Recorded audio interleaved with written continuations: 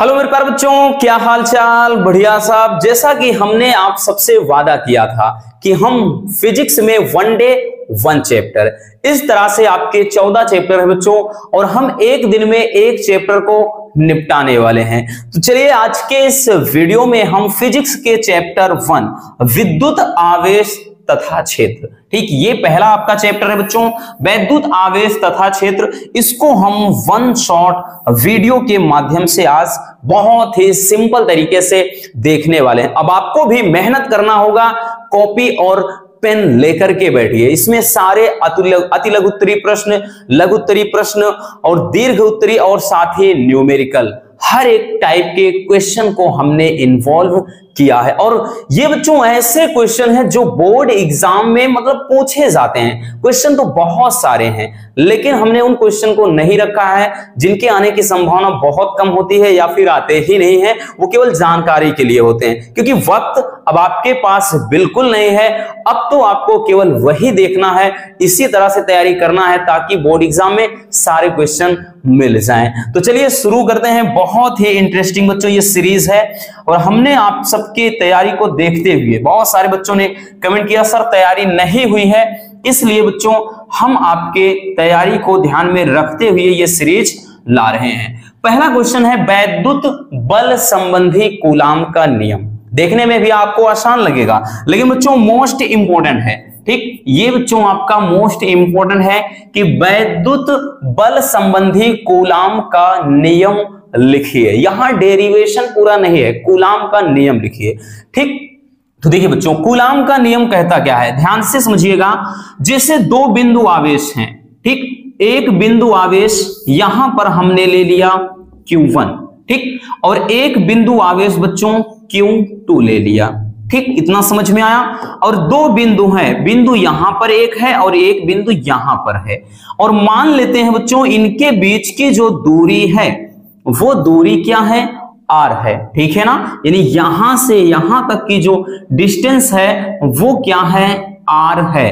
तो इनके बीच जो यहां पर बच्चों जो बल लगेगा, अब वो बल कैसा होगा, आकर्षण बल भी हो सकता है, प्रतिकर्षण बल भी हो सकता है। अब आकर्षण बल तब होगा बच्चों जब ये प्लस, मतलब एक प्लस और एक माइनस होगा आकर्षण बल।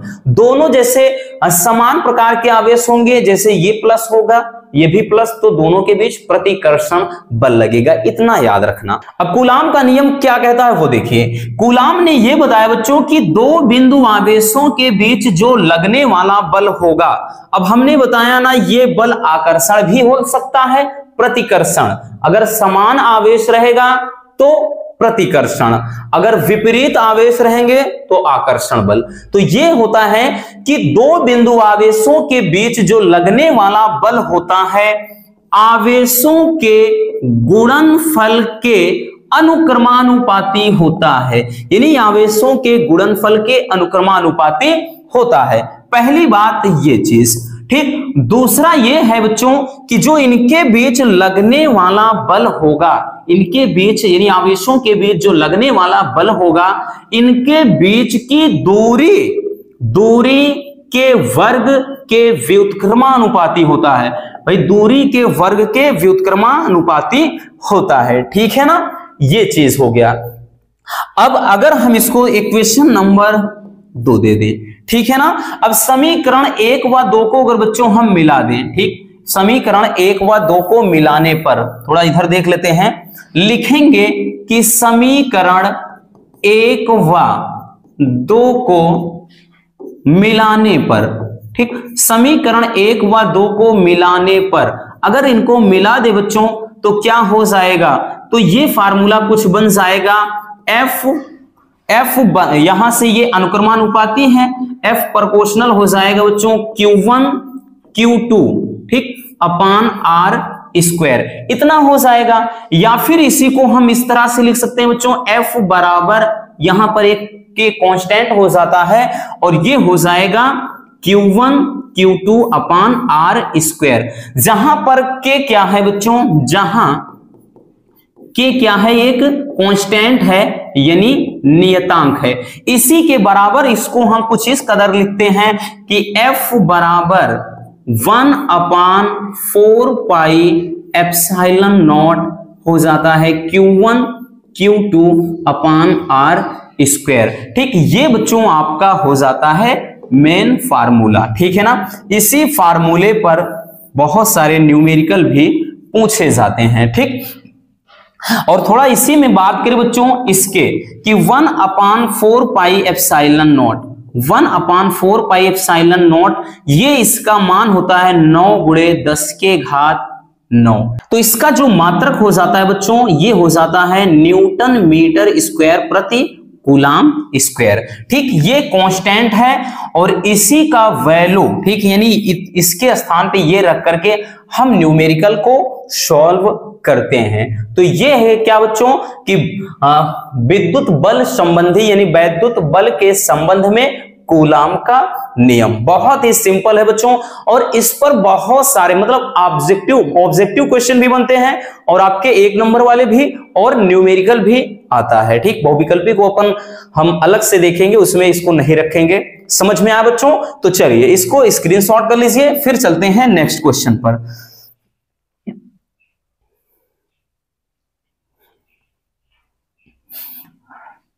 चलिए हो गया। अब हम देख लेते हैं दूसरा क्वेश्चन। दूसरा क्वेश्चन जैसा कि भी हमने कहा कि बच्चों ये थोड़ा आधारित है किस पे? कूलाम के नियम पर। क्वेश्चन क्या कह रहा है कि यदि 2 आवेशित कणों के बीच की दूरी आधी कर दी जाए तो उनके बीच लगने वाले बल पर क्या प्रभाव पड़ेगा? ठीक, ये क्वेश्चन है हमारा। चलिए इसको सॉल्व करते हैं। 2 बिंदु आवेश ले लेते हैं। ठीक, यहां पर एक बिंदु आवेश जैसे हमने मान लिया बच्चों, ठीक, 2 बिंदु आवेश, एक A है और एक यहां पर B है। ठीक, समझ लीजिए, एक A है और एक B है। तो यहां पर जो बिंदु आवेश है उसको अपन नाम दे देते हैं Q1, और यहां पर जो बिंदु आवेश है B पर उसको आवेश दे दिया Q2। ठीक, Q1 और Q2 2 आवेश हैं और इनके बीच की दूरी अपन क्या मानते हैं भाई? इनके जो बीच की दूरी है बच्चों उसको अपन यहां से मान लेते हैं क्या है? R है। ठीक, इनके जो बीच की दूरी है वो क्या है बच्चों? R है। इतना समझ में आ गया। अब ये कह रहा है कि यदि 2 आवेशित कणों के बीच की दूरी हम आधी कर दें, दूरी को, यानी जो ये R का मान है, अगर कह रहा है कि ये जो दूरी है ये पहले की दूरी की हम आधी कर दें, ठीक, यानी R की जगह पे R/2 कर दें, तो उनके बीच लगने वाले बल पर क्या प्रभाव पड़ेगा? इस क्वेश्चन को हम ऑलरेडी देख रखे हैं, इंपॉर्टेंट है इसलिए फिर से रख दिया गया बच्चों। कितनी भी बार देखेंगे लेकिन जो इंपॉर्टेंट है वो भी आपको पढ़ना ही पड़ेगा। अब देखिए ये आपका लगेगा किस पे बच्चों? तो ये लगेगा कूलाम के नियम पर।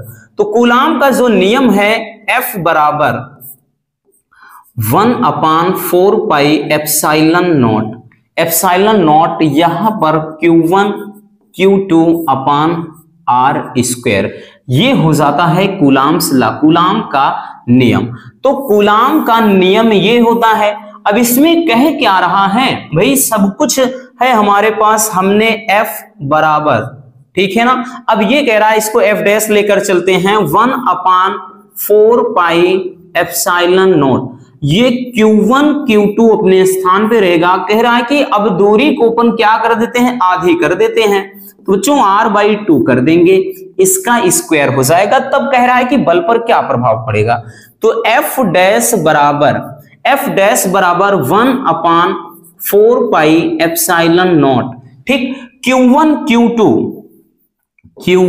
Q2 अपान ये हो जाएगा R स्क्वायर भाई यहां से कितना? 2 दूना 4, इतना हो जाएगा, है ना। ये आपका गुणा में है, इतना हुआ बच्चों। अब इसके बाद इसको कैसे सॉल्व करेंगे? देखिए F डैश बराबर हो जाएगा, इसको देखिए बच्चों, अगर हम आगे लाना चाहें तो हम आगे 4 यहां पर लिख सकते हैं। और ये क्या है? 1/4 pi epsilon not, 1/4 pi epsilon not, और इधर क्या है? Q1 Q2 upon r square, है ना। इसको भाई ये बटे का बटे है तो हमने ऊपर भगा दिया, ठीक। ये भाई ऊपर चला जाएगा तो हमने पहले ऑलरेडी यहां पर रख लिया है। अगर आप थोड़ा ध्यान दें बच्चों तो इतने बराबर हमने कुछ लिखा है, ये आपका क्या है, कूलाम्स लॉ है, कूलाम का नियम, है ना। 1/4 pi epsilon naught Q1 Q2 upon r square is equal किसके है, एफ के। तो यहां से इसको हम लिखेंगे बच्चों कि एफ डैश बराबर ये क्या हो जाएगा 4 और इसके स्थान पर क्या है, एफ है, ठीक। अब यहां से हमें क्या निष्कर्ष निकला अभी, तो यहां से ये चीज पता चला बच्चों कि जो बल हो जाएगा, बल पहले का, ठीक, पहले का 4 गुना हो जाएगा, ठीक।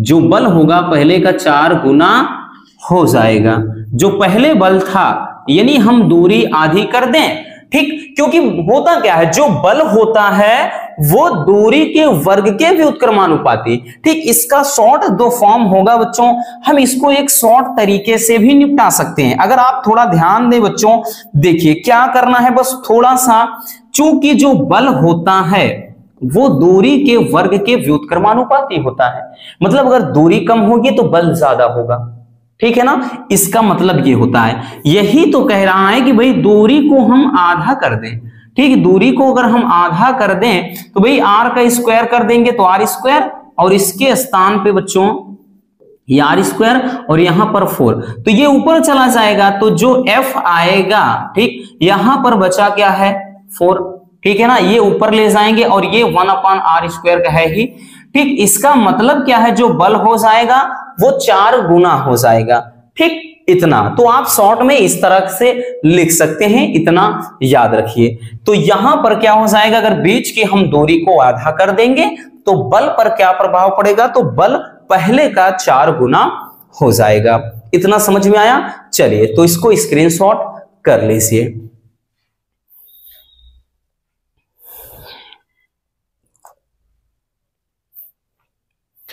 चलिए बच्चों हो गया। अब हम देखते हैं अगले क्वेश्चन को। क्वेश्चन नंबर 3, तीसरा क्वेश्चन क्या कह रहा है, ठीक। तो तीसरा क्वेश्चन है बच्चों कि आवेशों के बीच लगने वाले वैद्युत बल की सहायता से वैद्युतशीलता का विमीय सूत्र निकालिए। अब देखिए बच्चों, आवेशों के बीच लगने वाले वैद्युत बल की मतलब ये बात कर रहा है कूलाम के नियम का। तो हो जाएगा, हम लिखेंगे कूलाम के नियम से, कूलाम के नियम से। कूलाम का नियम क्या होता है बच्चों, तो कूलाम का नियम होता है 1/F बराबर होता है 1/4 pi epsilon naught Q1 Q2 upon r square. तो यही कह रहा है भाई, आवेशों के बीच लगने वाले बल की सहायता से, ठीक। आवेशों के बीच लगने वाले बल की सहायता से, ये बल की बात कर रहा है, कह रहा है वैद्युतशीलता यानी एप्सिलॉन नॉट का आपको डायमेंशनल फार्मूला यानी विमीय सूत्र निकालना है। बेहद इंपॉर्टेंट क्वेश्चन है बच्चों। देखिए यहां से अगर हम इसको यहां पर ले जाएंगे, ठीक, यानी जब हम एप्सिलॉन नॉट ऊपर ले जाएंगे बच्चों तो ये जो एफ है यहां पर आ जाएगा, है ना। मतलब ये हो जाएगा 1/4 पाई हो गया इनटू का ये Q1/Q2, ये हो जाएगा F इंटू आर स्क्वायर, ठीक, क्योंकि F नीचे आ जाएगा। और जब भी बच्चों डायमेंशनल फार्मूला निकालना होता है, ठीक, यानी विमीय सूत्र, तो जो भी पाई वगैरह है कांस्टेंट वैल्यू है उसको नहीं लेते हैं। तो यहां पर सिर्फ हमें मतलब रह जाएगा एप्सिलॉन नॉट बराबर Q1 Q2 upon F into r square से। इससे मतलब रह जाएगा, इस चीज से नहीं, क्योंकि इन सब चीज का जो कांस्टेंट होते हैं इनका विमा में इनका कोई मतलब नहीं होता है, ठीक, इनको काउंट ही नहीं करते हैं। तो यहां पर हो जाएगा, ध्यान से देखिएगा बच्चों, क्या हो जाएगा एप्सिलॉन नॉट बराबर, अब विमा हमें चाहिए तो ध्यान दो F, ये क्यों क्या है बच्चों, आवेश है। फार्मूला होता है Q बराबर I इंटू टी। आपने भाई इसमें इलेक्ट्रिक के अंदर पढ़ा है ये चीज। तो Q बराबर I इंटू टी होता है। अगर हम धारा का विमा कहेंगे तो A से लिखते हैं अपन, T को किससे लिखते हैं, भाई टी को समय को टी से टी, तो यानी इसका जो विमा हो जाता है वो AT हो जाता है, Q का मान। अब F है बच्चों, तो बल का क्या होता है, mLT के पावर माइनस का 2, ये बल का विमा हो जाता है। और R क्या है, दूरी। भाई दूरी का मतलब है, दूरी कहे, लंबाई कहे, चौड़ाई कहे, ऊंचाई, कुछ भी, उसको मीटर में उसका मात्रक यानी लेंथ ही होता है, L होता है ना। लेकिन अब R स्क्वायर है तो यहां पर हो निकालेंगे तो भाई L स्क्वायर। अब इसका लिखेंगे बच्चों तो यहां पर Q1 Q2 है, यानी Q के स्थान पर हम एक बार AT लिखेंगे, उसके बाद बच्चों Q2 है तो इसके स्थान पे भी AT, ठीक है ना। भले ये Q1 Q2 है लेकिन लिखेंगे तो A इंटू टी ही। अब नीचे बल का विमा mLT के पावर माइनस का 2, mLT के पावर माइनस का 2 हो जाएगा। R का भी हमने क्या बताया भाई L हो जाएगा, तो यहां R स्क्वायर है तो L स्क्वायर हो गया। ठीक, इतना क्लियर हुआ बच्चों। चलिए अब इसको आगे जब हम लिखेंगे तो इसको लिख सकते हैं बच्चों A स्क्वायर और ये क्या है T स्क्वायर, है ना। इसको एक कोष्टक के अंदर हम मिलाकर लिख सकते हैं। ठीक, अब यहां पर इसको ऐसे ही रहने देते हैं, mLT के घात माइनस का 2 या L स्क्वायर मिला के लिख देते हैं, डोंट वरी। ठीक, इतना क्लियर हो गया। अब देखिए क्या करते हैं, थोड़ा और है।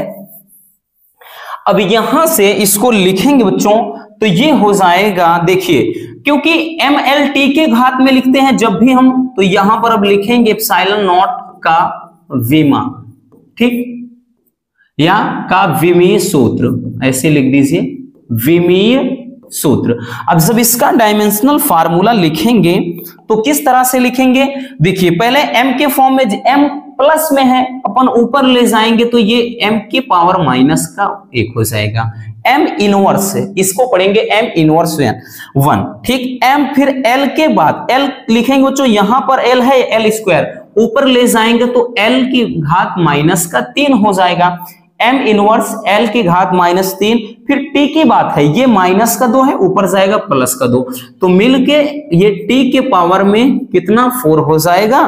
फिर a स्क्वायर है तो a स्क्वायर यहां पर रह जाएगा, ठीक। और विमा को हमेशा इस कोष्टक में लिखते हैं, यही क्या हो जाएगा कि एप्सिलॉन नॉट E का डायमेंशनल फार्मूला यानी विमीय सूत्र। एप्सिलॉन नॉट E होता क्या है, इसी को बोलते हैं निर्वात की वैद्युतशीलता, ठीक।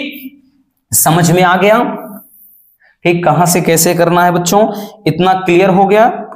चलिए ठीक, यही कह रहा था कि आवेशों के बीच लगने वाले वैद्युत बल की सहायता से विमीय मतलब वैद्युतशीलता का विमीय सूत्र निकालना है। तो हमने कूलाम का जो नियम होता है इसी के मदद से हमने क्या किया है, एप्सिलॉन नॉट का डायमेंशनल फार्मूला निकाल लिया है। तो चलिए बच्चों इसको भी स्क्रीनशॉट कर लीजिए, फिर हम चलते हैं नेक्स्ट क्वेश्चन की तरफ।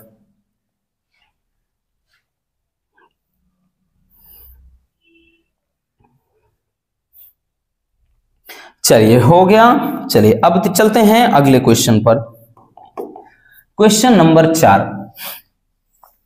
क्वेश्चन नंबर 4 कह रहा है कि वैद्युत क्षेत्र की तीव्रता की परिभाषा, मात्रक व विमा लिखिए। बेहद इंपॉर्टेंट है बच्चों। चलिए देखिए, फिजिक्स को भाई अगर अच्छे से अगर इनकी तैयारी करना है, फिजिक्स में अपनी पकड़ अच्छे से बनाना, चीजों को समझना बेहद जरूरी है। देखिए कह रहा है वैद्युत क्षेत्र की तीव्रता है, इसको रट नहीं सकते बच्चों, पहले समझिए। हम मान लेते हैं कि कोई एक समान वैद्युत क्षेत्र है, ठीक, एक समान वैद्युत क्षेत्र मान लेते हैं E है। क्लियर हुआ, एक समान वैद्युत क्षेत्र यानी इतने में इलेक्ट्रिक फील्ड जनरेट हुआ है। अब यहां पर हम कोई बिंदु O मान लेते हैं, ठीक ना। तो इस बिंदु पर हमने क्या किया है, एक प्लस Q आवेश रख दिया है, कोई धन परीक्षण आवेश रख दिया है। तो भाई हमें पता है कि वैद्युत ये क्षेत्र है, तो इस पर क्या करेगा, इस आवेश पर बल कार्य करेगा, ठीक है ना। जाहिर सी बात है बच्चों, जैसे जब कोई तार होता है, तार में जब भी हम वैद्युत धारा प्रवाहित करते हैं तो उसके चारों ओर electric field plus magnetic field दोनों जनरेट हो जाता है।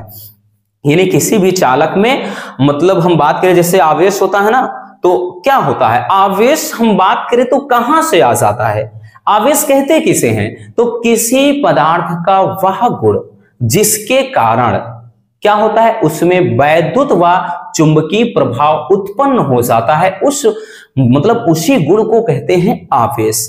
हमने क्या किया है, एक वैद्युत क्षेत्र है E, एक समान वैद्युत क्षेत्र E है और इस पर एक प्लस Q आवेश रख दिया है, Q नॉट आवेश रख दिया है। अब जब इस पर हम आवेश रखेंगे तो भाई वैद्युत क्षेत्र के कारण क्या हो जाएगा, इस पे एक बल उत्पन्न हो जाएगा और ये बल क्या करेगा भाई, एकांक धन परीक्षण आवेश पर बल काम करेगा, वैद्युत क्षेत्र खत्म हो गया तो बल भी नहीं लगेगा।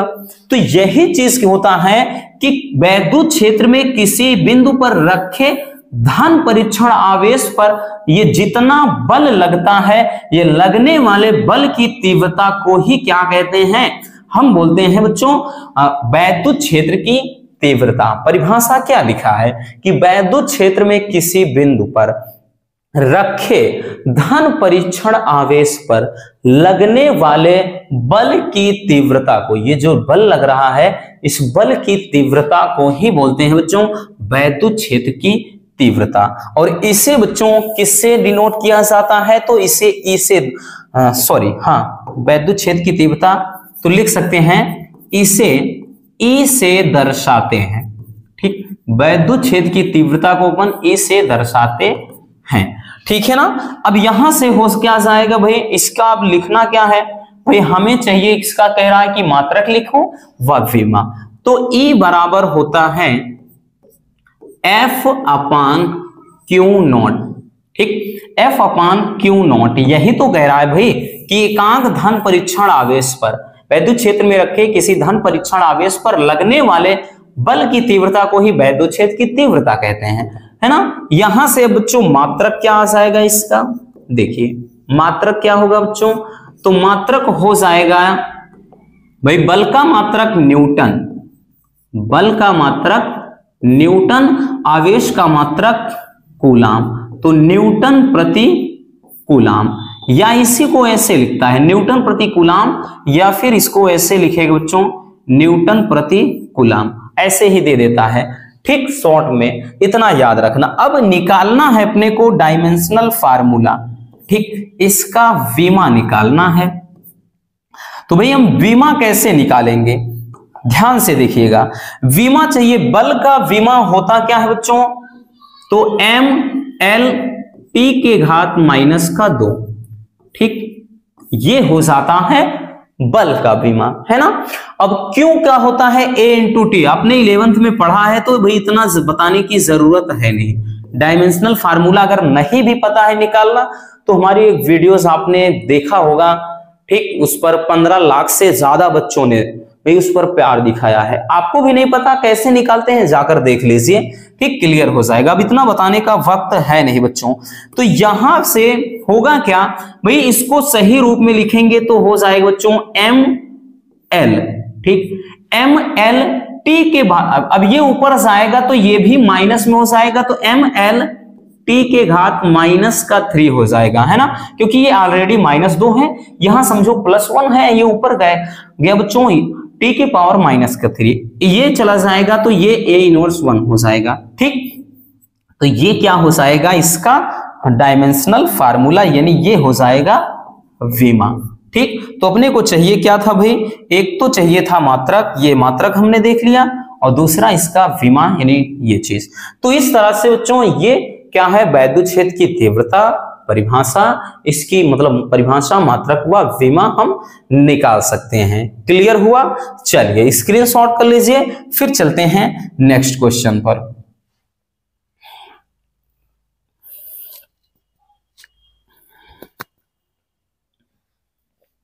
चलिए बच्चों अब हम आते हैं अगले क्वेश्चन पर।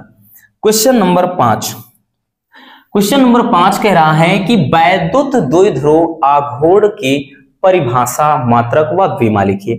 यह भी बेहद इंपॉर्टेंट है। ठीक, सबसे पहले हम जान लेते हैं वैद्युत द्विध्रुव किसे कहते हैं। वैद्युत द्विध्रुव से पहले वैद्युत द्विध्रुव आघूर्ण से को समझने से पहले वैद्युत द्विध्रुव को समझना बेहद जरूरी। कभी कभार वैद्युत द्विध्रुव आघूर्ण नहीं केवल वैद्युत द्विध्रुव पूछ लेता है। तो वैद्युत द्विध्रुव होता क्या है, ध्यान से समझना बच्चों। विपरीत प्रकार के आवेश को एक दूसरे से न्यूनतम या अल्पतम दूरी पर रखने से जो स्ट्रक्चर या जो संरचना बनती है उसी को बोलते हैं वैद्युत द्विध्रुव। हमने क्या बताया कि भाई वैद्युत द्विध्रुव में हमने क्या बताया कि दो विपरीत प्रकार के आवेश, मान लेते हैं प्लस क्यू है, दूसरा क्या हो जाएगा माइनस क्यू हो जाएगा, है ना। यही तो कह रहा है कि दो विपरीत प्रकार के आवेशों को एक दूसरे से अल्पतम दूरी पर रखने से, मान लेते हैं कि बच्चों इनके बीच की दूरी, ठीक, अगर हम मान लेते हैं कि यहां से यहां तक की दूरी टोटल, अगर हम मान लेते हैं कि क्या है बच्चों, जैसे बीच में बिंदु O ले लिया, ठीक, तो अगर इधर की दूरी हम L मान लेंगे, इधर की L, तो इनके बीच की जो न्यूनतम दूरी हो जाएगी यानी अल्पतम जो दूरी हो जाएगी वो कितना हो जाएगा 2L, ठीक, ये है, यहां पर एक बिंदु आवेश है और एक यहां पर है। तो ये चीज होता है कि दो विपरीत प्रकार के आवेशों को एक दूसरे से न्यूनतम दूरी पर रखने से या कम दूरी पर रखने से जो संरचना बनती है उसे कहते हैं वैद्युत द्विध्रुव। इसको भी आप नोट कर लीजिएगा कॉपी में। हमने क्या बोला कि दो विपरीत प्रकार के आवेशों को एक दूसरे से न्यूनतम दूरी पर रखने से जो संरचना बनती है उसे कहते हैं वैद्युत द्विध्रुव। क्लियर हुआ बच्चों, क्लियर हो गया भाई। आई थिंक ये अच्छे से समझ में आ गया होगा कि वैद्युत द्विध्रुव है क्या। हमें लेकिन कह रहा है कि वैद्युत द्विध्रुव आघूर्ण की परिभाषा। अब वैद्युत द्विध्रुव आघूर्ण भी आएगा कहां से, यहां से। डोंट वरी, बहुत ही सिंपल है बच्चों। तो वैद्युत द्विध्रुव आघूर्ण में होता क्या है कि दो आवेशों में से कोई एक आवेश, हमने एक आवेश ले लिया Q, तथा इनके बीच की दूरी, अब इनके बीच की दूरी है क्या बच्चों 2L, इनके बीच की दूरी के गुणनफल को वैद्युत द्विध्रुव आघूर्ण यानी P से दर्शाते हैं। ठीक, एकदम सिंपल है ना, मजा आया। क्या कह रहा है बच्चों कि दो आवेशों में से कोई एक आवेश, इन दोनों आवेशों में से कोई किसी एक आवेश का परिमाण या आवेश का मान तथा इनके बीच की दूरी के गुणनफल को वैद्युत द्विध्रुव आघूर्ण कहते हैं। यही तो लिखा है, दो आवेशों में से किसी एक आवेश का मान तथा उनके बीच की अल्पतम दूरी यानी 2L क्या है, इनके बीच की अल्पतम दूरी के गुणनफल को वैद्युत द्विध्रुव आघूर्ण कहते हैं। ठीक, यानी वैद्युत द्विध्रुव आघूर्ण को P से दर्शाते हैं, इतना याद रखिए। ये हो गया आपका फार्मूला। अब इसका मात्रक क्या हो जाएगा बच्चों, चलिए मात्रक देख लेते हैं होगा क्या, ध्यान से समझिएगा। मात्रक हो जाएगा बच्चों, देखिए भाई ये Q का मात्रक होता क्या है, कूलाम, है ना, का आवेश का मात्रक कूलाम। अब लंबाई है भाई 2L है तो क्या हुआ, लेकिन मात्रक मीटर में हो जाएगा, तो कूलाम मीटर। ठीक, या बच्चों इसको ऐसे लिखते हैं C फिर उसके बाद स्मॉल में M, CM कूलाम मीटर। ठीक, अगर ऐसे लिखा है तो सेंटीमीटर, अगर ऐसे लिखा है तो कूलाम मीटर, स्मॉल m करके लिखा है तो मिली कूलाम। भाई सब पढ़ने का तरीका अलग है, इतना याद रखना। ठीक बच्चों, ये हो गया। अब यहां पर ये कूलाम मीटर हो गया। अब निकालना क्या है अपने को, कह रहा है कि विमा भी निकालिए। ठीक, अब विमा कैसे निकालेंगे, ध्यान से समझना। भाई आवेश का मात्रक कूलाम है, Q का 80 होता है, हम कई बार बता चुके हैं। ठीक, Q का 80 होता है। अब लंबाई का है तो भाई ये L ही रहेगा, लेंथ L ही रहेगा। तो इसका जो डायमेंशनल हो गया तो LTA।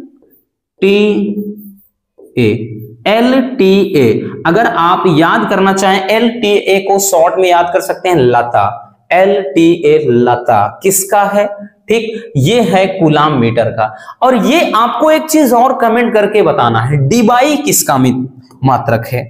ठीक, डीबाई किसका मात्रक है, क्या वैद्युत द्विध्रुव आघूर्ण का ही है या किसी और चीज का है? डी बाई किसका मात्रक है, ये भी कमेंट करके आपको बताना इसमें, ठीक है ना। जरूर कमेंट करिएगा कि डी बाई किसका मात्रक है। हमने कम्युनिटी पर भी पोस्ट किया था, आपने बताया भी था, लेकिन आपको बताना है क्या दिमाग में है या फिर नहीं है। तो ये है बच्चों वैद्युत द्विध्रुव और वैद्युत द्विध्रुव आघूर्ण। ठीक, दोनों परिभाषा क्लियर हुआ कि हमने बताया कि दो आवेश को एक दूसरे से अल्पतम दूरी पर रखने से जो संरचना बनती है उसे बोलते हैं वैद्युत द्विध्रुव।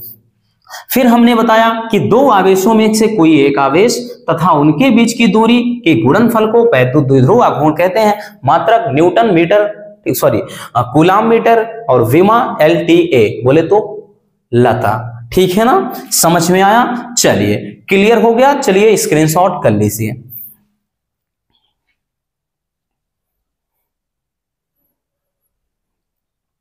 चलिए बच्चों अब चलते हैं नेक्स्ट क्वेश्चन पर।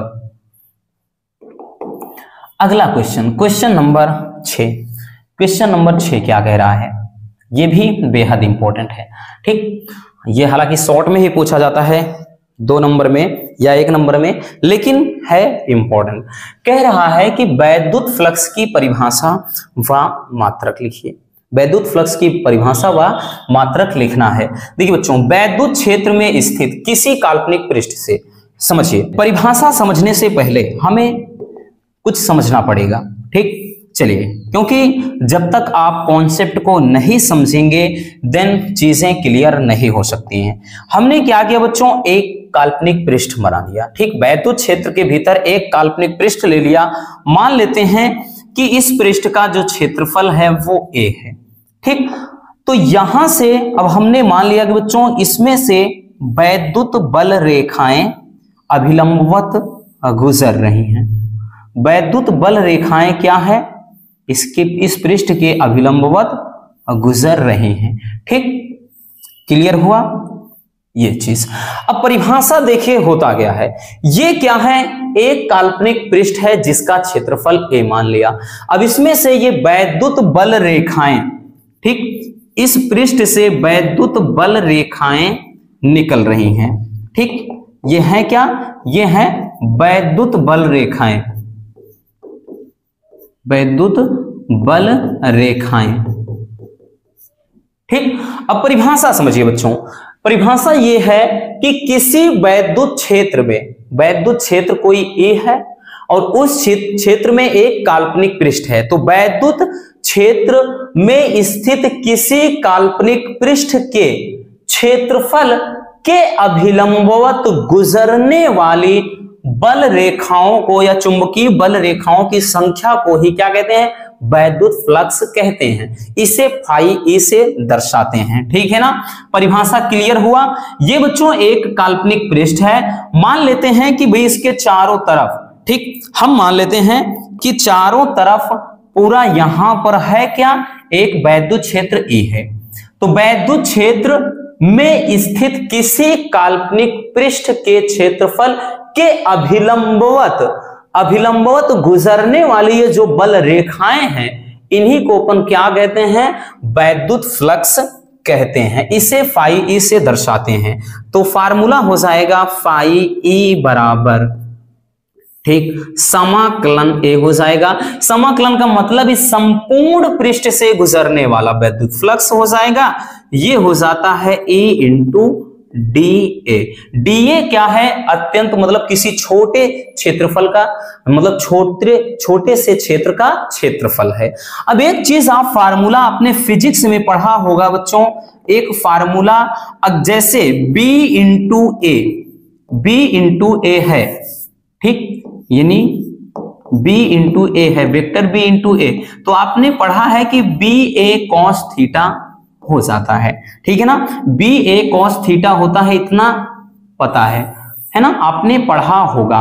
वहीं से ये आप मान लेते हैं वेक्टर के फॉर्म में है। इसको क्या करते हैं, अगर हम लिखेंगे बच्चों, ठीक, इसको सही से लिखते हैं फाई ई बराबर, तो ये क्या हो जाएगा भाई, समाकलन ये रहेगा A, समाकलन ये हो जाएगा A। E इंटू DA के स्थान पे हम इसको लिख सकते हैं E DA कॉस थीटा, इतना हो जाएगा। अगर इसी को थोड़ा और सही से लिखना चाहेंगे, डी मतलब ये फाई ई बराबर हो जाएगा ई इंटू डी ए, इसको अपन क्या करते हैं बाहर निकाल लेते हैं। ये E into E, sorry D A नहीं निकालेंगे, डी ए तो रहेगा इसके सापेक्ष, तो ई इंटू कॉस ए, अगर हम कॉस थीटा बाहर निकाल लेते हैं तो यहां पर बचा क्या, डी ए। अभी इतने का समाकलन जिसके सापेक्ष डी एक्स कहे तो एक्स हो जाएगा, डी आर कहे तो आर हो जाएगा, डी ए है तो ए के सापेक्ष, तो ये बन क्या जाएगा, फार्मूला क्या बन जाएगा, यहां से आपका फार्मूला हो जाएगा फाई ई बराबर, ठीक, ई हो जाएगा बच्चों ई इंटू ये कॉस थीटा, अब यहां पर हो जाएगा केवल ए, ठीक। अगर ये नहीं समझ में आया कहां से आया तो इतना याद रखना, समाकलन होता है डी ए बराबर ए, ठीक, इतना याद रखना। ये ए संपूर्ण क्षेत्रफल को दर्शा रहा, ये वाला जो ए है, ठीक, तो ये फार्मूला हो जाएगा। या फिर इसको हम फाई ई बराबर सिस्टमेटिक ढंग से लिखेंगे ई इंटू ए कॉस थीटा, आपका मेन फार्मूला ये हो जाता है, ठीक। ई क्या है, वैद्युत क्षेत्र है, ए क्या है बच्चों, ए क्या है, इस पृष्ठ का क्षेत्रफल है, थीटा क्या है, थीटा कोण पर किरणें मतलब वो वैद्युत बल रेखाएं निकल रही हैं या प्रवेश कर रही हैं, फाई ई क्या है, तो ये है आपका वैद्युत फ्लक्स। इतना क्लियर हो गया, समझ में आ गया, इसमें कुछ भी नहीं था। देखिए ये आपको इतना करने की जरूरत भी नहीं है, हमने तो बता दिया इसलिए कि कभी कभार इस पे न्यूमेरिकल आ जाता है, ठीक, इतना याद रखना। समझ में आ गया बच्चों कि वैद्युत क्षेत्र में स्थित किसी काल्पनिक पृष्ठ के क्षेत्रफल के अभिलंबवत गुजरने वाली वैद्युत बल रेखाओं की संख्या को ही वैद्युत फ्लक्स कहते हैं। फाई ई बराबर होता है ये समाकलन A vector E into d A, ठीक, ये इसके अदिश गुणनफल को दर्शा रहा है। उसके बाद चूंकि फार्मूला हमने बताया vector B into vector A बराबर बी ए कॉस थीटा भी फार्मूला लिखा था, तो वहां से हमने इसको लिख दिया। अब ए into cos A cos theta हमने बाहर निकाल लिया, तो यहां ये बचा। अब चूंकि जिसके सापेक्ष समाकलन हो, समझ भाई मैथ वाले तो इसलिए समझ जाएंगे, डी एक्स होता एक्स लिखते, डी आर होता आर लिखते, डी एम होता एम लिखते, ए के सापेक्ष था तो ये ए हो जाएगा, तो इसको हमने ई ए कॉस थीटा एक सिस्टमेटिक ढंग से लिख दिया है। क्लियर हुआ बच्चों? चलिए स्क्रीनशॉट कर लीजिए, फिर चलते हैं हम अगले क्वेश्चन पर।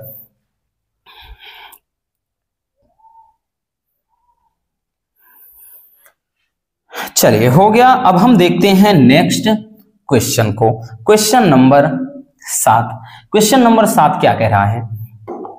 क्वेश्चन नंबर 7 बोल रहा है कि गॉस की प्रमेय तथा इसके अनुप्रयोग लिखिए। देखिए बच्चों, गॉस की प्रमेय, अब जितने भी डेरिवेशन है, डेरिवेशन की बात करें बच्चों, ये आपका बेहद इंपॉर्टेंट है, 5 नंबर में आता है। तो जितने भी आपके डेरिवेशन बेस्ड क्वेश्चन हैं, ठीक, तो डेरिवेशन को हमने यहां पर नहीं करवाया। अब आप कहेंगे सर क्यों? क्योंकि डेरिवेशन लाते बच्चों वीडियो इतनी ज्यादा लंबी हो जाती, कम से कम 5 से 6 घंटे, और इतने में आप भी बोर हो जाते, और भाई इतना घंटा लगातार बोलने में हमें भी दिक्कत होती, ठीक। तो इसलिए बच्चों जो डेरिवेशन है आपके जितने हैं हम बता दे रहे हैं, हर चैप्टर में बताएंगे, और इन सब डेरिवेशन को हमने ऑलरेडी करवा दिया है, ठीक। यानी अब उसको भी अगर यहां लेकर के बैठ जाएंगे बहुत लंबी वीडियोस आएगी, भाई एक डेरिवेशन में आधे घंटे, अगर एक चैप्टर में 4 डेरिवेशन तो ये समझ लीजिए 3 से 4 घंटे तो यही के। इसलिए बच्चों आपको अगर डेरिवेशन देखना है तो प्लेलिस्ट हमने बनाया है, उसकी लिंक भी आपको हम डिस्क्रिप्शन में दे दे रहे हैं, आपको ज्यादा भटकना नहीं पड़ेगा, ठीक। गॉस की प्रमेय, कूलाम का नियम, इसमें जितने यानी हर चैप्टर के, यही नहीं हर चैप्टर के डेरिवेशन इसमें आपके मिलेंगे, बाकी सारे क्वेश्चन तो करवा ही रहे हैं। तो चलिए देख लेते हैं कि गॉस की प्रमेय है क्या। ये शॉर्ट में भी पूछा जाता है, इसलिए बच्चों हमने इसको रख लिया है, ठीक। ये शॉर्ट भी पूछा जाता, आपका 1 नंबर में भी पूछ लेता है कि गॉस की प्रमेय लिखिए। और वैसे भी ये बोर्ड एग्जाम 2000 आप चाहे 20 का देखें, 21 का देखें, 22 का देखें, 23 का देखें, हर साल आया है। तो गॉस की प्रमेय कहती क्या है? देखिए गॉस की प्रमेय के अनुसार किसी बंद पृष्ठ से, कोई एक बंद पृष्ठ है, किसी बंद पृष्ठ से, ठीक, किसी बंद पृष्ठ से गुजरने वाला वैद्युत फ्लक्स, गुजरने वाला वैद्युत फ्लक्स उस पृष्ठ पर या उस पृष्ठ द्वारा परिबद्ध कुल आवेश, ठीक है ना, इसमें कोई आवेश है, कुल आवेश का 1 ये भाई क्या ई नॉट होता है एप्सिलॉन नॉट, कुल आवेश का 1/ε0 गुना होता है। ठीक, ये कोई क्या है, बंद पृष्ठ है और यहां पर क्या है भाई, हमने कोई आवेश रख लिया है। ठीक, तो यही ये जो कूलाम, जो आपका गॉस की प्रमेय है, ये कहती है कि किसी बंद पृष्ठ से गुजरने वाला जो वैद्युत फ्लक्स होता है यानी फाई ई होता है, ठीक, फाई ई होता है, वो क्या है कि उस पृष्ठ द्वारा परिबद्ध कुल आवेश का, कुल आवेश बोले तो क्यों, है ना, कुल आवेश बोले तो क्यों का कह रहा है कि 1/ε0, एक मिनट इस इधर लिखेंगे, कुल आवेश का 1/ε0 गुना होता है। ठीक, अगर इसको थोड़ा हम सही तरीके से लिखेंगे बच्चों तो ये हो जाएगा फाई ई बराबर हो जाएगा Q/ε0। तो ये आपका क्या हो जाता है, फार्मूला हो जाता है। इस चीज का डेरिवेशन हमने बहुत ही सिंपल तरीके से करवाया है, आपने देखा भी होगा, है ना, इतना याद रखना। ठीक, चलिए इसको भी स्क्रीनशॉट कर लीजिए, फिर हम देख लेते हैं नेक्स्ट क्वेश्चन को। चलिए बच्चों हो गया। चलिए अच्छा एक चीज भाई इसमें देखिए, इस वाले बच्चों कहां गया, इसमें मात्रक बताना भूल गए थे, मात्रक बताना, एक मिनट, इस वाले में जो पिछला क्वेश्चन था उसमें थोड़ा ध्यान देना बच्चों, मात्रक बताना भूल गए। तो इसका मात्रक होता है किसका, फाई ई का मात्रक होता है, क्या होता है, सॉरी उसके लिए, ये होता है बच्चों newton metre square, newton metre square प्रति कूलाम, या इसी को वोल्ट मीटर, वोल्ट मीटर बहुत ज्यादा बहुविकल्पी में भी पूछा जाता है। ठीक, ये फाई ई का जो मात्रक होता है बच्चों, वैद्युत फ्लक्स का मात्रक न्यूटन मीटर स्क्वायर प्रति कूलाम या फिर वोल्ट मीटर, मात्रक भी वहीं पर लिख लेना। क्लियर। चलिए अब हम आते हैं अपने क्वेश्चन पर। चलिए अगला क्वेश्चन जो है ये है बच्चों कि वैद्युत द्विध्रुव की अक्षीय व निरक्षीय स्थिति में वैद्युत क्षेत्र की तीव्रता का व्यंजक। This is the most important question for your board exam, 5 number में पूछा जाता है बच्चों। तो सबसे पहले बात कर रहा है अक्षीय स्थिति की। ठीक, तो अक्षीय स्थिति में होता क्या है, अक्षीय स्थिति में,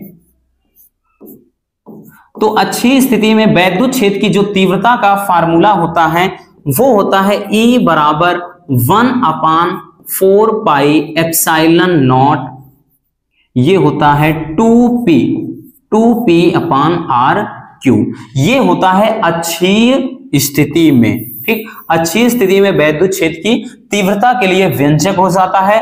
अब बात करते हैं दूसरा जो है निरक्षीय स्थिति में।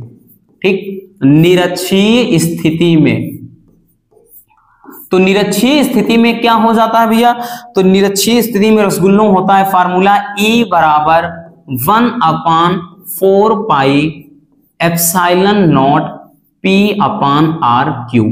ठीक, ये आपका निरक्षीय स्थिति में हो जाता है। ठीक, ये निरक्षीय स्थिति में काफी ज्यादा इंपॉर्टेंट है। ठीक, काफी ज्यादा इंपॉर्टेंट है दोनों के दोनों डेरिवेशन। और फिर से बता देते हैं बच्चों कि डेरिवेशन के लिए परेशान मत रहिए, वो जो वीडियो है उसकी मतलब पूरी प्लेलिस्ट की लिंक ही हमने डिस्क्रिप्शन में डाल रखा है, आप वहां से जाकर दोनों डेरिवेशन तुरंत ही अच्छे से कंप्लीट कर लेंगे। ठीक, चलिए समझ में आ गया। चलिए अब हम देखते हैं नेक्स्ट क्वेश्चन को।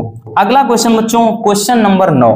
क्वेश्चन नंबर 9 जो है वो भी ध्यान से देखिएगा कि एक समान वैद्युत क्षेत्र में रखे द्विध्रुव पर लगने वाला बल आघूर्ण, एक समान वैद्युत क्षेत्र में रखे द्विध्रुव पर जो लगने वाला बल आघूर्ण होता है, यानी हम क्या मानते हैं, ये कोई एक समान वैद्युत क्षेत्र है। ठीक, एक समान वैद्युत क्षेत्र ई है, एक समान वैद्युत क्षेत्र में हमने एक वैद्युत द्विध्रुव बच्चों हमने ए बी रख दिया। ठीक, एक वैद्युत द्विध्रुव ए और बी यहां पर रखा है। तो कह रहा है कि इस द्विध्रुव पर जो लगने वाला बल आघूर्ण होता है, ठीक, उस बल आघूर्ण का व्यंजक क्या होता है, यानी उसके लिए डेरिवेशन। ये भी आपका 5 नंबर में पूछा जाने वाला क्वेश्चन है, बेहद इंपॉर्टेंट है। तो इसके लिए जो बल आघूर्ण का फार्मूला होता है वो टाउ बराबर पीई साइन थीटा। बहुत सिंपल डेरिवेशन है और आप सब अच्छे से इस डेरिवेशन को कर लेंगे, ये हमें भी पता है और बहुत सारे बच्चे इसको अच्छी तरह से जानते भी होंगे। ठीक, जिनको नहीं पता है, हमने बोला है ना, ये जो जितने डेरिवेशन दिख रहे हैं, आप ये मत सोचिएगा कि भाई ऐसे बोल रहे हैं। जो हमने लिंक डाला है बच्चों, वहां पर हमने अच्छे तरीके से सारे डेरिवेशन को बताया। ये सब लॉन्ग क्वेश्चन है बच्चों, इसीलिए बोल रहे हैं कि थोड़ा इसमें टाइम लगेगा। जहां पे टाउ क्या है, तो ये है आपका बल आघूर्ण। ठीक, बल आघूर्ण है, इतना याद रखना। इसका मात्रक भी कूलाम मीटर होता है। ये बल आघूर्ण है। पी क्या है, वैद्युत द्विध्रुव आघूर्ण। ई क्या है, वैद्युत क्षेत्र है या वैद्युत क्षेत्र की तीव्रता बोलिए। अगला है बच्चों कि अनंत लंबाई के आवेशित चालक के कारण किसी बिंदु पर वैद्युत क्षेत्र की तीव्रता। ये भी मोस्ट इंपोर्टेंट है। ई बराबर फार्मूला होता है 1/4 पाई एप्सिलॉन नॉट, यहां पे होता है 2 लैम्डा अपान आर। ठीक, ये फार्मूला होता है। ठीक, ये E बराबर 1/4 pi epsilon naught 2 lambda upon r. ये भी काफी ज्यादा इंपॉर्टेंट डेरिवेशन है और सबसे ज्यादा तो इन दोनों फार्मूले पे आपके बेहद इंपॉर्टेंट न्यूमेरिकल पूछे जाते हैं, इसलिए ये और भी ज्यादा डेरिवेशन से कहीं ज्यादा तो इन पर न्यूमेरिकल आते हैं। ठीक, तो इनको भी स्क्रीनशॉट कर लीजिए और दोनों के दोनों डेरिवेशन, ठीक, इसको भी हमने वहां पर बताया है, आप एक बार वहां से विजिट कर लीजिए। ठीक है ना, चलिए हो गया। चलिए बच्चों, अब हम आते हैं नेक्स्ट क्वेश्चन पर। अगला क्वेश्चन, यहां से शुरुआत है इस चैप्टर के न्यूमेरिकल की। इस चैप्टर में जितने न्यूमेरिकल हैं उनको भी हम देख लेते हैं। देखिए क्या कह रहा है, कह रहा है कि एक वैद्युत द्विध्रुव 100 न्यूटन प्रति कूलाम के वैद्युत क्षेत्र में 30 अंश के कोण पर रखा है तथा उस पर 6 × 10⁻⁻24 न्यूटन मीटर का बल आघूर्ण लग रहा है। ठीक है ना, एक मिनट, क्या बताया भाई इसमें, थोड़ा दिमाग कहाँ। अब इसमें हमने बताया कूलाम मीटर बताया था, न्यूटन मीटर मात्रक होता है। भाई दिमाग कहाँ चला जाता है कभी कभार, सॉरी उसके लिए बच्चों। ठीक, ये क्या है कि 6 × 10⁻⁻24 न्यूटन मीटर का बल आघूर्ण लग रहा है। ठीक, तो कह रहा है कि वैद्युत द्विध्रुव के आघूर्ण की गणना कीजिए। देखिए हर साल किसी ना किसी सेट में पूछा जाता है, वैल्यू चेंज रहेंगे बच्चों लेकिन कॉन्सेप्ट तो सेम होगा ना। चलिए, कह रहा है कि एक वैद्युत द्विध्रुव 100 न्यूटन प्रति कूलाम के वैद्युत क्षेत्र में, यानी ये जो मान दे दिया है अपने को, ये जो मान दिया है वैद्युत क्षेत्र की बात कर रहा है, तो ये E बराबर दे रखा है। तो E बराबर कितना दे रखा है, 100। E बराबर 100 न्यूटन प्रति कूलाम, है ना। अगला आगे कह रहा है कि वैद्युत क्षेत्र में 30 अंश के कोण पर है। बोले तो बच्चों थीटा का मान दे रखा है, थीटा का मान कितना है, 30 अंश है। आगे सवाल में कह रहा है कि तथा उस पर 6 × 10⁻⁻24 न्यूटन मीटर का बल आघूर्ण लग रहा है। बोले तो टाउ का मान दे रखा है। ठीक, अभी जो हमने बताया न्यूटन मीटर मात्रक, टाउ बराबर दे रखा है कितना, 6 × 10⁻⁻24 न्यूटन मीटर, इतना बल आघूर्ण लग रहा है। तो कह रहा है कि वैद्युत द्विध्रुव के आघूर्ण की गणना कीजिए। वैद्युत द्विध्रुव आघूर्ण यानी P का मान क्या करना है, निकालना है।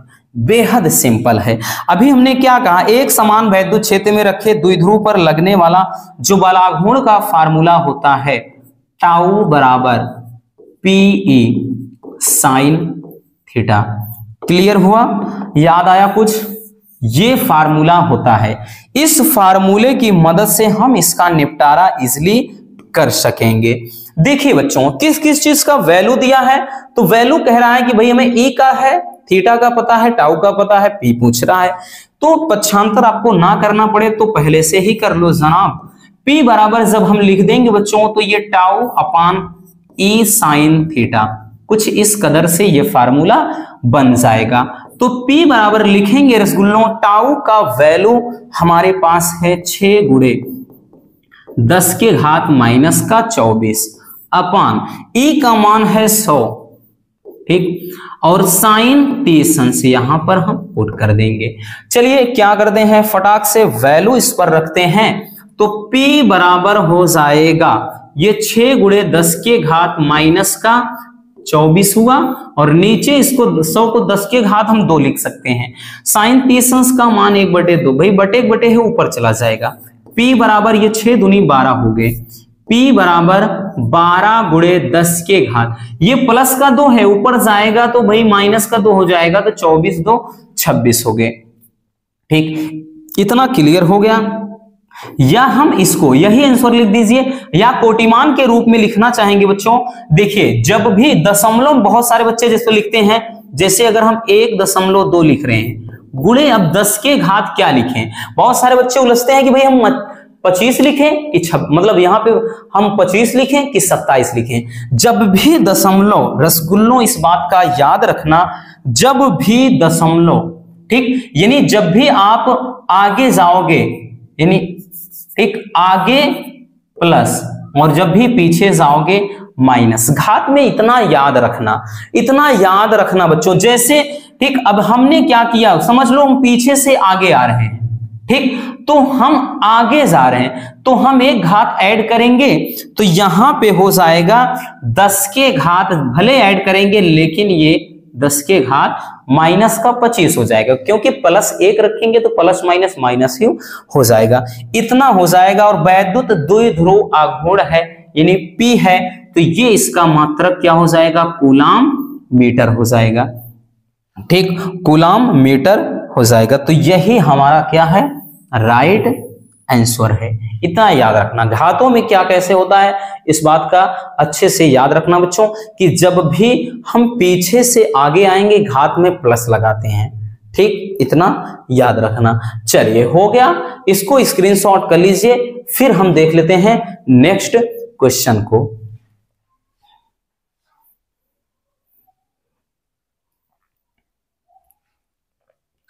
चलिए अगला क्वेश्चन देखते हैं बच्चों,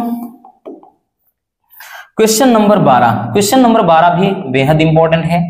क्या कह रहा है कि उस वैद्युत क्षेत्र की तीव्रता ज्ञात कीजिए जो 0.001 मिलीग्राम द्रव्यमान की एक तेल की बूंद जिस पर 3 इलेक्ट्रॉनिक आवेश है को संतुलित कर सके। बेहद लाजवाब है, ऐसे में देखने में थोड़ा अटपटा लग रहा होगा लेकिन है एकदम मक्खन। कह रहा है कि उस वैद्युत क्षेत्र की तीव्रता ज्ञात कीजिए जो इतने मिलीग्राम द्रव्यमान, m का मान अपने को मिल गया, m का मान मिल गया बच्चों, ये दिया है 0.001, ये मिलीग्राम में दिया है, मिलीग्राम।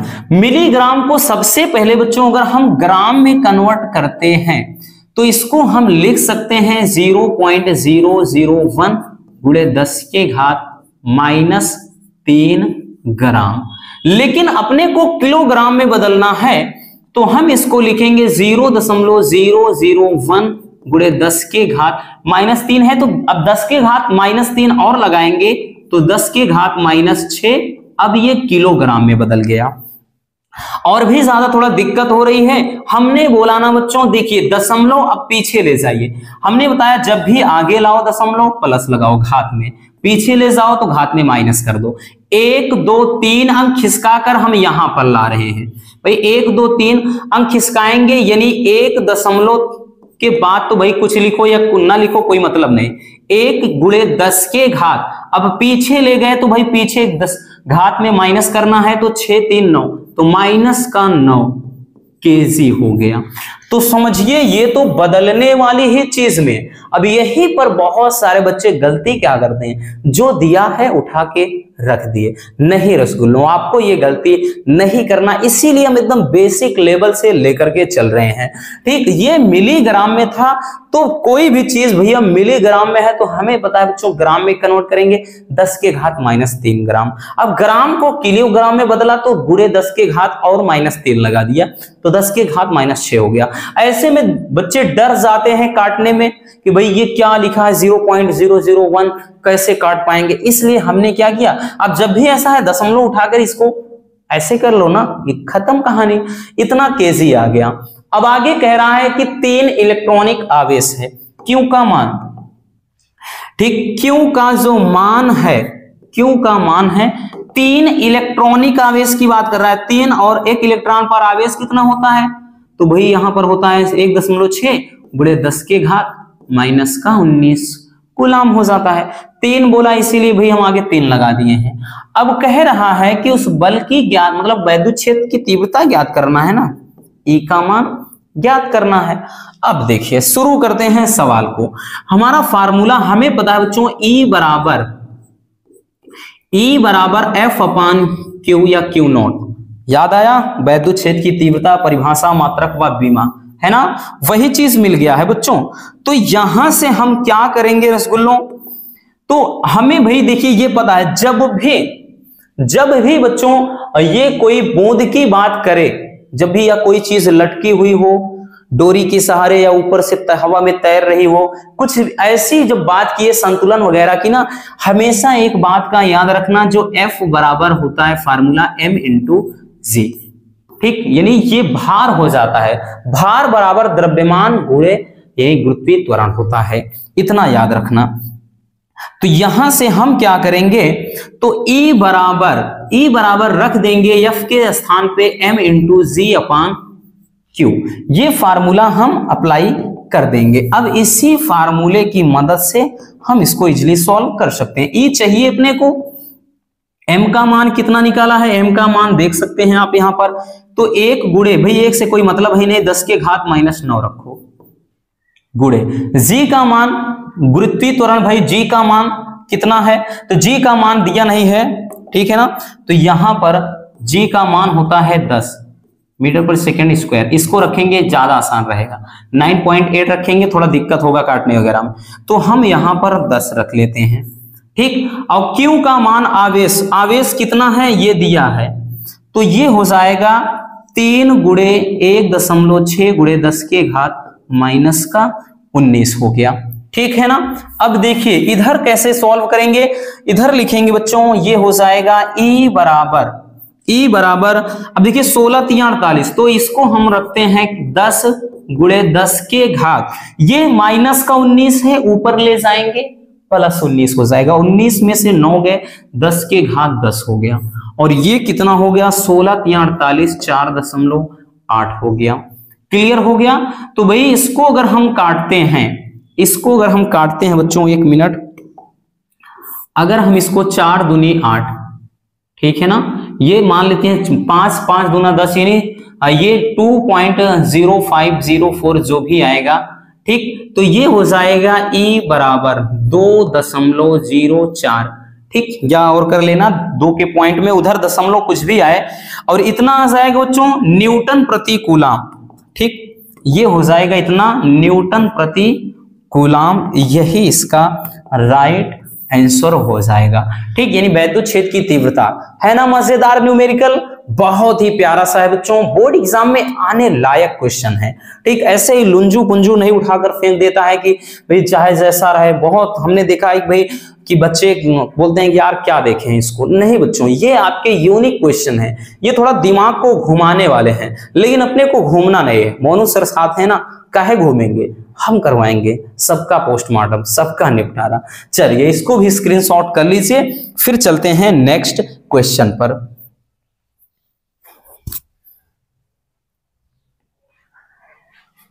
चलिए हो गया, अब आते हैं अगले क्वेश्चन पर। अगला क्वेश्चन ये भी बहुत ही मजेदार है। मजेदार क्या है भाई, ये तो मोस्ट इंपॉर्टेंट है, ठीक, इसको हमने पिछले 2-3 साल से लगातार भाई इस क्वेश्चन को हम देखते चले आ रहे हैं, किसी ना किसी सेट में उठा के फेंक देता है इस टाइप का क्वेश्चन।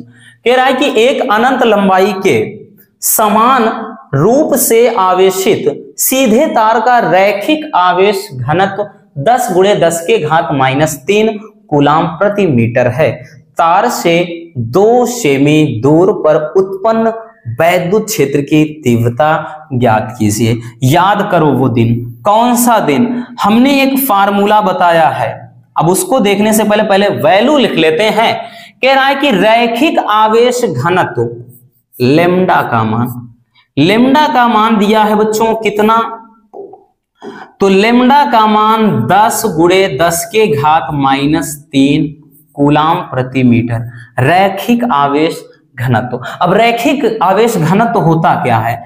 यानी अनंत लंबाई के, ठीक है, यानी एक समान, या हम बात करें कि अनंत लंबाई के आवेशित तार की प्रति एकांक लंबाई पर वितरित आवेश की मात्रा को ही रैखिक आवेश घनत्व कहते हैं। ठीक, क्या लिखे हैं? लेम्डा बराबर Q/L होता है। प्रति एकांक लंबाई पर वितरित आवेश की मात्रा को ही रैखिक आवेश घनत्व कहते हैं। इतना याद रखना। ठीक, ये आपका लेम्डा बराबर फार्मूला होता है। ठीक, अब यहां से बच्चों भाई फार्मूले पे जाने की जरूरत नहीं है, हमें तो मतलब है क्या दिया है वो देखिए। रैखिक आवेश घनत्व याद रखिए कि बस लेम्डा से दर्शाते हैं। तार से 2 सेमी की दूरी पर बोले तो आर का मान दे रहा है, कितना दिया है? 2 सेंटीमीटर की दूरी पर। इसको अपन मीटर में कन्वर्ट कर लेते हैं। 2 × 10⁻² मीटर हो गया। तो 2 मीटर की दूरी पर कह रहा है वैद्युत क्षेत्र की तीव्रता बोले तो E का मान ज्ञात कीजिए। अभी भी अनंत लंबाई की बात जब आई तो हमने बच्चों एक डेरिवेशन के बारे में कहा था कि E बराबर 1/4πε0 2 λ/r। याद आया? ठीक है ना? ये जो फार्मूला है यही इस पर अप्लाई होगा। ठीक, क्योंकि बच्चों देखिए यहां अनंत लंबाई की बात कहा है, अनंत लंबाई के बारे में कहा गया है। जब भी अनंत लंबाई शब्द आ जाए तो समझ जाइएगा ये फार्मूला अपने को अप्लाई करना है। ठीक है ना? यहां से अब हम करेंगे क्या? वैल्यू निकालेंगे। E बराबर 1/4πε0 पूरे का मान 9 × 10⁻9 है ना? 9 × 10⁻9 ये पूरे का मान हो जाएगा। ठीक, 1/4πε0 का मान होता है। अब यहां से अगर हम देखें 2 × लेम्डा, लेम्डा का मान ये दे रखा है 10 × 10⁻³ ठीक, नीचे क्या रखना है बच्चों? R रखना है। R का मान कितना है? 2 × 10⁻, R का मान -2 है। 2 × 10⁻², भाई 2 से 2 कट गया है ना? अगर हम देखें 2 से 2 फिनिश, इसका जो आंसर हो जाएगा E बराबर इसको सही रूप में लिख लेते हैं। देखिए 9 × 10⁻, क्या लिखेंगे? अब देखिए यहां पर 10⁻1 समझो प्लस में है। अब एक जब प्लस में है बच्चों तो यहां पर समझिए यानी एक घात यहां पर प्लस में है, ये माइनस, प्लस माइनस माइनस हो गया, यानी 10⁻² बन गया। तो ये पूरा 10⁻² वाले से कट गया, बचा क्या? केवल 10⁻9, यही बच जाएगा। इतना न्यूटन प्रति कूलाम। ठीक, न्यूटन प्रति कूलाम, यही क्या हो जाएगा? हमारा राइट आंसर हो जाएगा। ठीक है, यानी वैद्युत क्षेत्र की तीव्रता कितना आया? 9 × 10⁻9 न्यूटन प्रति कूलाम, यानी जो वैल्यू था, जो इसका वैल्यू होता है वही आंसर भी आ गया। ठीक, समझ में आया? चलिए स्क्रीनशॉट कर लीजिए, फिर चलते हैं अगले क्वेश्चन पर।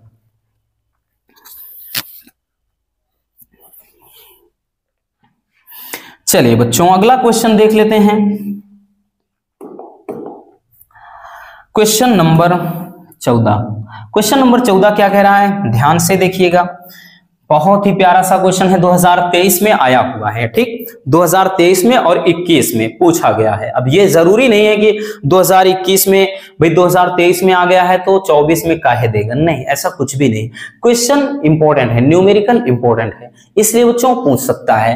कह रहा है कि 1 माइक्रोकूलाम तथा -1 माइक्रोकूलाम के 2 बिंदु आवेश एक दूसरे से 2 सेमी की दूरी पर रखे हैं। ठीक, और कह रहा है कि यह वैद्युत द्विध्रुव जो है 1 × 10⁵ वोल्ट प्रति मीटर के एक समान वैद्युत क्षेत्र में रखा है। तो कह रहा है ज्ञात कीजिए वैद्युत द्विध्रुव आघूर्ण ज्ञात करना है, द्विध्रुव पर आरोपित अधिकतम बलाघूर्ण ज्ञात करना है। चलिए देख लेते हैं, बहुत ही सिंपल है। कह रहा है कि दो बिंदु आवेश हैं, ठीक, कह रहा है कि दो बिंदु आवेश हैं, तो हम क्या करते हैं बच्चों, दो बिंदु आवेश हैं, ठीक, इन पर कह रहा है कि एक पर माइनस मतलब एक है, सॉरी प्लस में है, +1 माइक्रोकूलाम, 1 माइक्रोकूलाम का आवेश रखा है। और माइक्रोकूलाम को कूलाम में बदलेंगे तो भाई 1 × 10 के घात हम -6 कूलाम लिख सकते हैं। और यहां पर -1 माइक्रोकूलाम रखा है, इसको भी वही चीज भाई, इसको बदलना चाहेंगे तो ये भी क्या हो जाएगा, माइनस का 1 × 10 के घात -6 कूलाम। ये विपरीत प्रकार के आवेश हैं, यानी विपरीत प्रकार के आवेश से कोई वैद्युत द्विध्रुव बनता है। अब इनके बीच की दूरी जो बोल रहा है 2 सेमी है ना, यानी टोटल डिस्टेंस की बात कर रहा है। इनके बीच की दूरी यानी जो 2l होती है वो 2 सेंटीमीटर दूरी है, ठीक, इतना क्लियर हुआ। तो कह रहा है वैद्युत द्विध्रुव आघूर्ण ज्ञात कीजिए।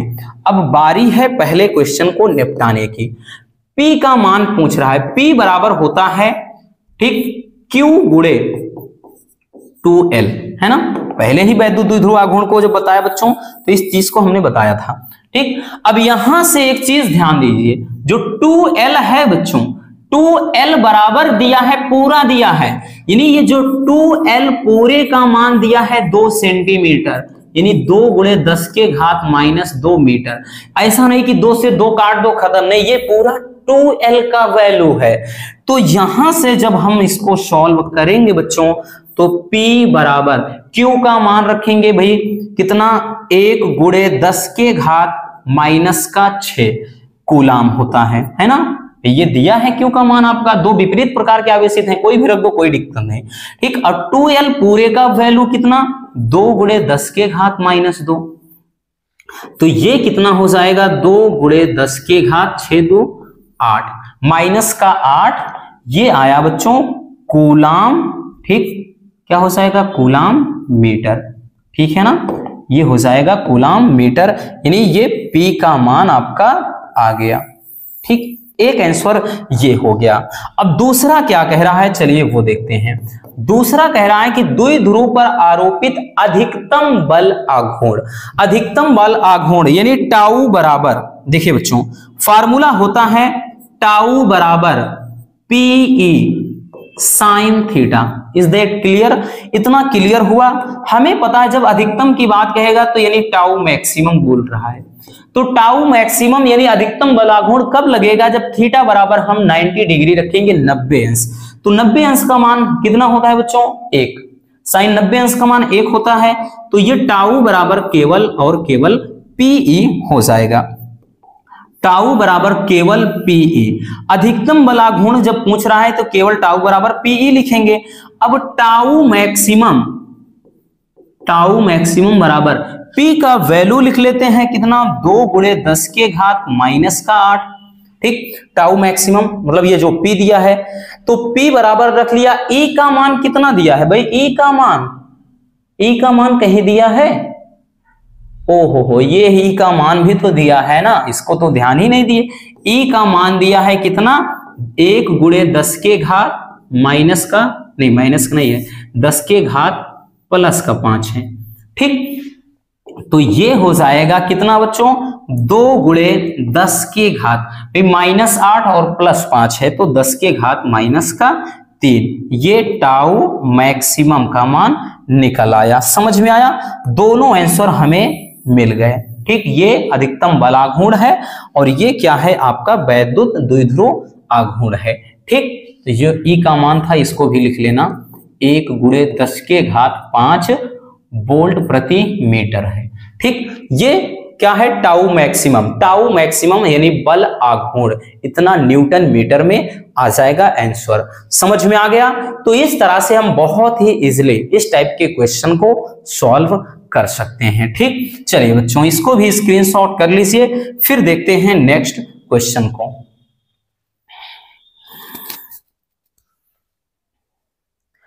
चलिए हो गया। अब हम देख लेते हैं अगले क्वेश्चन को, क्वेश्चन नंबर 15। क्वेश्चन नंबर 15 जो है बच्चों, ये न्यूमेरिकल भी बेहद इंटरेस्टिंग है। है छोटा सा लेकिन बहुत ही प्यारा सा न्यूमेरिकल है। क्वेश्चन क्या कह रहा है? क्वेश्चन बोल रहा है कि 5 × 10⁻⁸ कूलाम बिंदु आवेश से कह रहा कितनी दूरी पर वैद्युत क्षेत्र की तीव्रता 450 वोल्ट प्रति मीटर होगी। हमें नहीं पता भाई कितनी दूरी पर, लेकिन हम निकाल जरूर सकते हैं।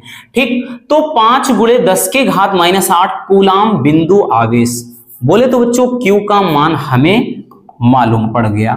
तो ये दिया है 5 × 10⁻⁸ कूलाम आवेश। अब आगे न्यूमेरिकल में कह रहा है कि कितनी दूरी पर वैद्युत क्षेत्र की तीव्रता, यानी E का मान भी दे रखा है।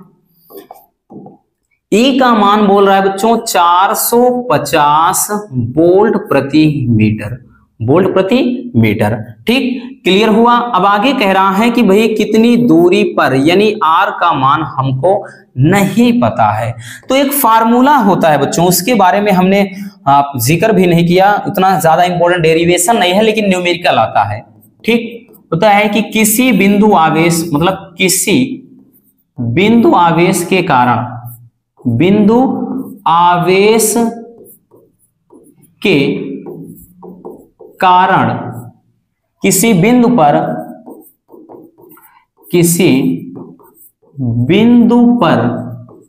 वैद्युत क्षेत्र की तीव्रता, बिंदु पर वैद्युत क्षेत्र की तीव्रता। ठीक, इसका भी डेरिवेशन हालांकि कराया है हमने, आपको अगर देखना हो तो देख लेना, उसी प्लेलिस्ट में है। वैद्युत क्षेत्र की जो तीव्रता होती है बच्चों, वो फार्मूला होता है E बराबर 1/4πε0 Q/r², ये फार्मूला हो जाता है। ठीक, ये आपका फार्मूला हो जाता है। ठीक है ना। अब यहां से हम करेंगे इसको सॉल्व। देखिए E बराबर, E का मान ये दे रखा है 450, E का मान 1/4πε0, भाई ये कांस्टेंट है तो 9 × 10⁹ इतनी होता है। Q का मान बच्चों देखिए ये दे रखा है, Q का मान है 5 × 10⁸ है ना, अपान क्या हो जाएगा R²। अब एक चीज ध्यान देना, इसको थोड़ा और हम सजा देते हैं, और सजाने का मतलब ये है कि जैसे ये 450 लिखा है तो इसको भी 9 × 5 कितना हो, यानी 9 × 5 45 और एक 0 यहां का ले लेते हैं तो 450 हो गया। अब यहां 10⁸ बच गया क्योंकि एक 0 ले लिया, और ये 10⁻⁸ है, अपान R² है। ठीक, इसको हम बटे 1 कर देंगे। अब इसको काट देते हैं बच्चों, जो चीज ये देखिए 450 से पूरा 450 कट रहा है ना। अब यहां 10⁸ है और माइनस का 10⁸ है, तो इसका भी सीन खत्म। ठीक, क्योंकि बच्चों 10⁸ ये 8 है, गुणे 10⁻⁻8 लिखेंगे, गुणा में घातें जुड़ती हैं तो 8 - 8 हो जाएगा, तो 10⁸ ये 0 हो गया। 10⁸ 0 का मतलब है किसी भी संख्या का घात 0 का मतलब उसका वैल्यू 1 होता है। ठीक, इतना हो गया। अगर हम इसका क्रॉस गुणा कराएंगे, ठीक, अगर बच्चों इसका हम क्रॉस गुणा कराते हैं तो बचेगा क्या, तो ये हो जाएगा R² इक्वल टू कितना, R² बराबर 1, इधर 1 कम कितना 1 हो जाएगा। ठीक, तो हो जाएगा कितना, R² बराबर 1 है तो भाई R बराबर भी 1 हो जाएगा, क्योंकि 1 का स्क्वायर करो, आपका घात 4 करो, 3 करो, कोई मतलब नहीं, 1 मीटर ये R बराबर आ जाएगा। ठीक, यही क्या हो जाएगा, हमारा आंसर हो जाएगा, यानी R बराबर 1 मीटर, यानी 1 मीटर की जो दूरी पर हो जाएगी वैद्युत क्षेत्र की जो तीव्रता है 450 वोल्ट प्रति मीटर हो जाएगी। तो इस तरह से आप बहुत ही सिंपल तरीके से इजिली इसको सॉल्व कर सकते हैं। उम्मीद है कि ये क्वेश्चन भी अच्छे से समझ में आ गया होगा। तो बस आज के इस वीडियो में इतना ही। इस चैप्टर में जितने भी आपके यानी वैद्युत क्षेत्र मतलब जो वैद्युत आवेश तथा क्षेत्र चैप्टर से जितने इंपॉर्टेंट क्वेश्चन बन सकते थे बच्चों, हमने उन सबको देख रखा है। ठीक, ये आपके क्वेश्चन पेपर को ध्यान में रखते हुए ही हम क्वेश्चन की सीरीज ला रहे हैं, ताकि आपको कोई दिक्कत ना हो।